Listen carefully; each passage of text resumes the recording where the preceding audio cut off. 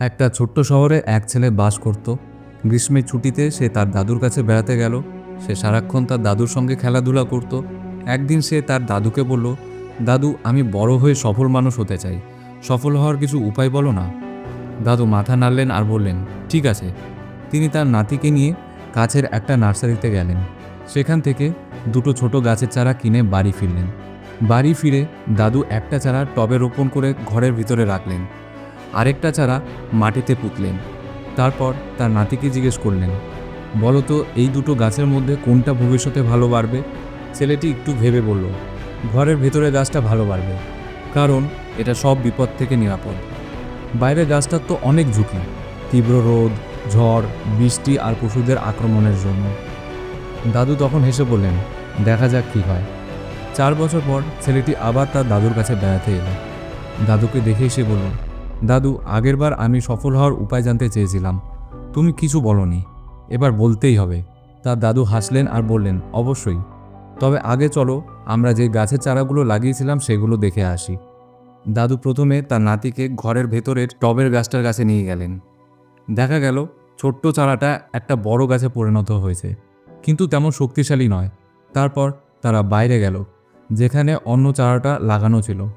সেখানে তারা দেখল ছোট্ট চারাটা এখন একটা বিশাল গাছ এবং তার ডালপালা চারদিকে ছড়িয়ে পথচারীদের জন্য ছায়া দিচ্ছে। দাদু তার নাতির দিকে তাকিয়ে বললেন, বলো তো, কোন গাছটা বেশি বেড়েছে, কোনটা বেশি সফল? তার নাতি বলল, বাইরের গাছটা। কিন্তু দাদু, এটা কিভাবে সম্ভব?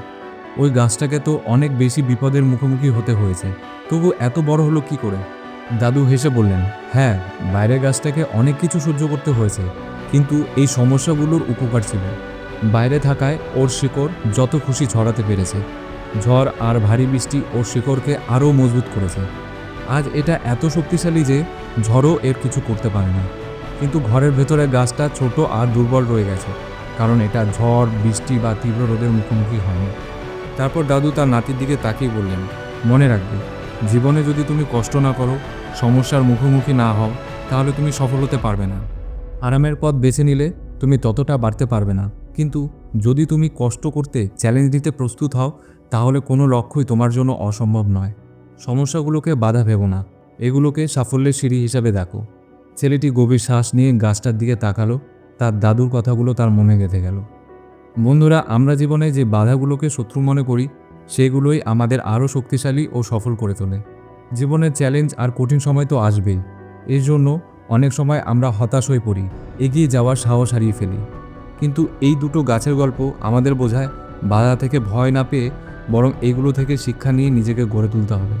বাইরের গাছটা প্রাকৃতিক দুর্যোগের মুখোমুখি হয়েছিল, কিন্তু এর সঙ্গে সঙ্গে তার শিকড় ছড়ানোর স্বাধীনতাও ছিল। ফলে সে শক্তিশালী আর বিশাল গাছ হয়ে উঠল। কিন্তু ঘরের ভেতরে গাছটা দুর্যোগ থেকে বেঁচে গেলেও ছোট্ট আর দুর্বল রয়ে গেছে। বন্ধুরা, এই থেকে আমরা শিখি, জীবনে যত বেশি চ্যালেঞ্জের মোকাবিলা করবে, সাফল্যের পথ ততই খুলবে। চ্যালেঞ্জ মোকাবিলা করা সহজ নয়, কখনো কখনো আমরা হেরে যাই বা হতাশা বোধ করি, কিন্তু মনে রাখতে হবে, এগুলো শুধু অস্থায়ী বাধা। এগুলো থেকে শিক্ষা নিয়ে এগিয়ে গেলে আমরা যে কোনো চ্যালেঞ্জ জয় করতে পারি। তাই পরের বার যখন জীবনে কোনো কঠিন সময় আসবে, হাল ছেড়ে দেবে না। মনে রাখবে, আজকের চ্যালেঞ্জই তোমাকে আগামীকাল আরও শক্তিশালী আর সফল করে তুলবে। বন্ধুরা, যদি এই গল্পটি আরও মানুষের কাছে পৌঁছে দিতে চাও, তাহলে এই ভিডিওটি লাইক করো, যাতে ইউটিউব এটি আরও বেশি মানুষের কাছে পৌঁছায়। আর যদি গল্পটি ভালো লেগে থাকে, তাহলে আমাদের চ্যানেলটি সাবস্ক্রাইব করো। পরের বার এমনই আরেকটি গল্প নিয়ে আবার দেখা হবে। ততক্ষণ ধৈর্য ধরো, কৃতজ্ঞ থাকো এবং জীবনে এগিয়ে যাও।